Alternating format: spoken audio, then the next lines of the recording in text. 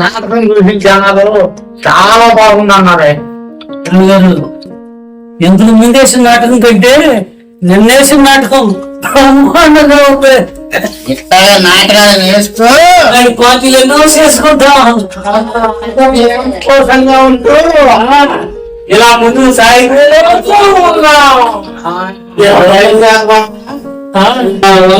గురువు గారు నేను ఇక్కడే పడుకుంటాను.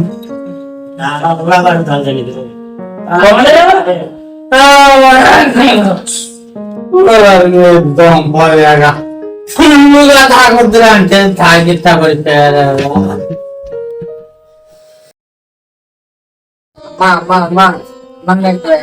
ఎందుకు రైస్ తీస్తారు? అక్కడ పెట్టుకోతారండి, అక్కడ ఎందుకు పెట్టుకోతారండి? ఎలా ఎదిగాలో ఇసుకేస్తావు నాన్న, మీరు పెట్టి తినండి రా.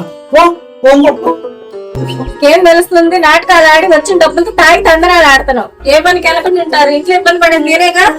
అది కాదే, పని కోసం తిరుగుతున్నా, అంతలో డ్రాప్ అవ్వాలి పిలుస్తారు. పిలవగానే వెళ్తారు, తాగుతారు, వస్తారు.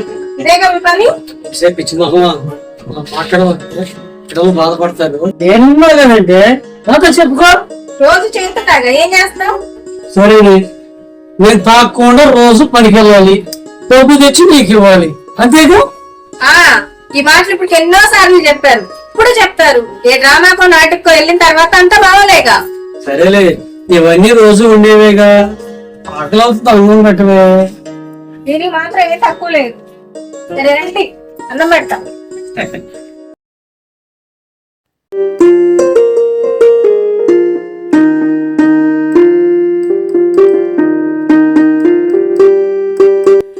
అండి, ఆరోగ్యం అసలే బాగాలేదు కదా, ఈ తాగుడు మానేయచ్చు కదా. ఓసే పిచ్చి మాకు ఇదే నీకు తెలిసింది. దీనిలో ఉన్న మజా తాగిన వాళ్ళకే తెలుస్తుంది. నా మాటనండి, తాగొద్దండి. అన్నం తిన్నంత వరకే తాగకుండా ఉండేది, తర్వాత అంతా మామూలే.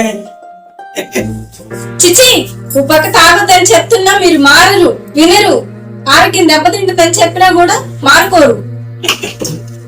అది కూడా బంగారం, నువ్వు ఎన్నిసార్లు చెప్పినా నేను మానలేకపోతున్నా, నన్ను అర్థం చేసుకో బంగారం. మీకే మీరు బాగా తాగుతారు, మీకేదన్నా అయితే పిల్లలు నేనేం కావాలండి? ఇది ఉన్నంత కాలం నాకు ఏం కాదే నా బంగారం. ఆ తాముడు మాత్రం వదలంటావు, ఇంక మేమెందుకు? దాంతో ఉంది. ఇదే నా ప్రాణం, వదలను వదలలేను. చిచ్చి, దాంతో తగలబడి.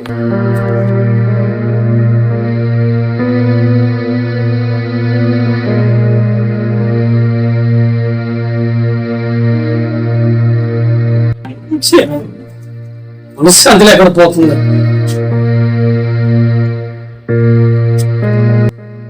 బయటికి పోతేనే కానీ మనశ్శాంతి లేదు.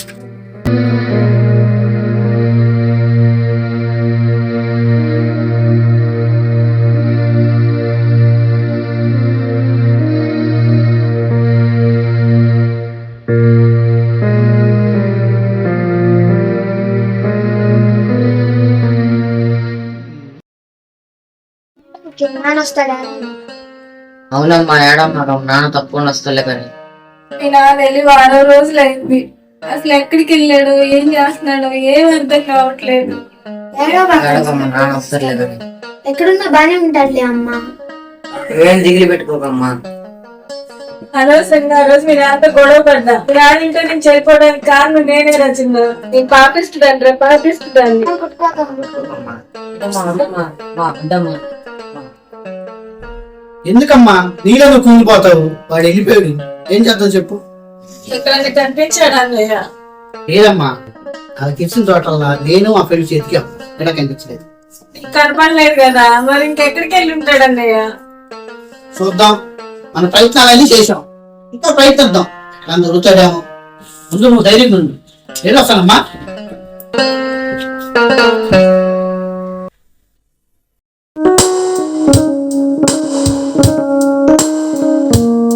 హలో సార్, బాగున్నారా? ఎవరికోకుండా 10 రూపాయలు ఇస్తారా?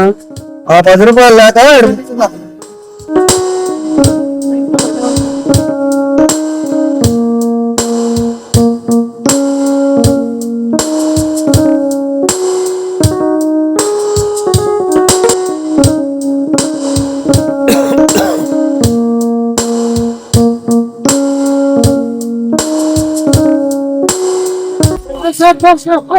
సార్. నమస్తే సార్. నమస్తే సార్. ఇట్లా 10 రూపాయలు ఇవ్వండి సార్. 10 రూపాయలు దేనికి? మందు తాగటానికి సార్, జేబులో డబ్బులు లేవు. పోరా బాబు, నీ అర్జున్ పని పోతుంటే మధ్యలో నీకు గోళ.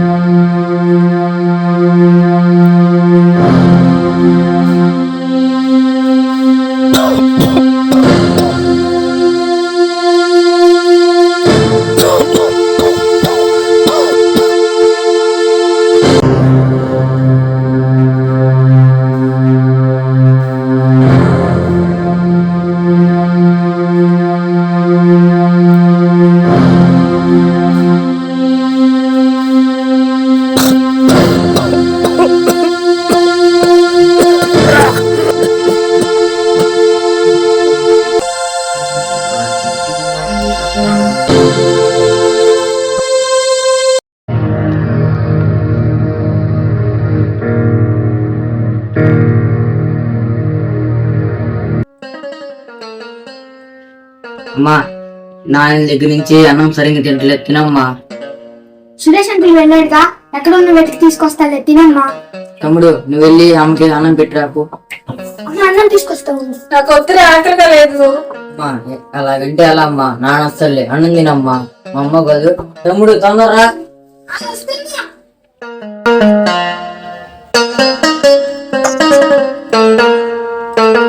తినమ్మా, తినకపోతే నీరసం వచ్చిద్దని చెప్పావుగా, తిను. అమ్మా, నీకు నీరసం వచ్చి తినమ్మా.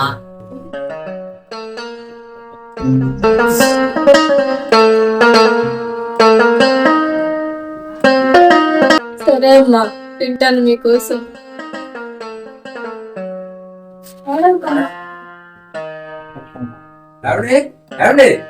కొండలరావు గారు ఇదేనండి? అవునండి, ఏంటి చెప్పండి. కొండలరావు రామపురం రోడ్డు పక్కన చచ్చిపోయాడు అంటే సురేష్ నాకు ఫోన్ చేసి మీకు చెప్పన్నాడు. మా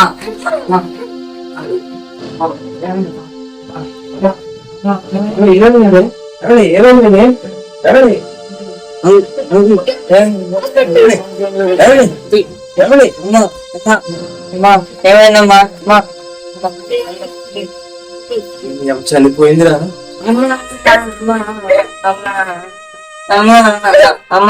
అమ్మ లేవు.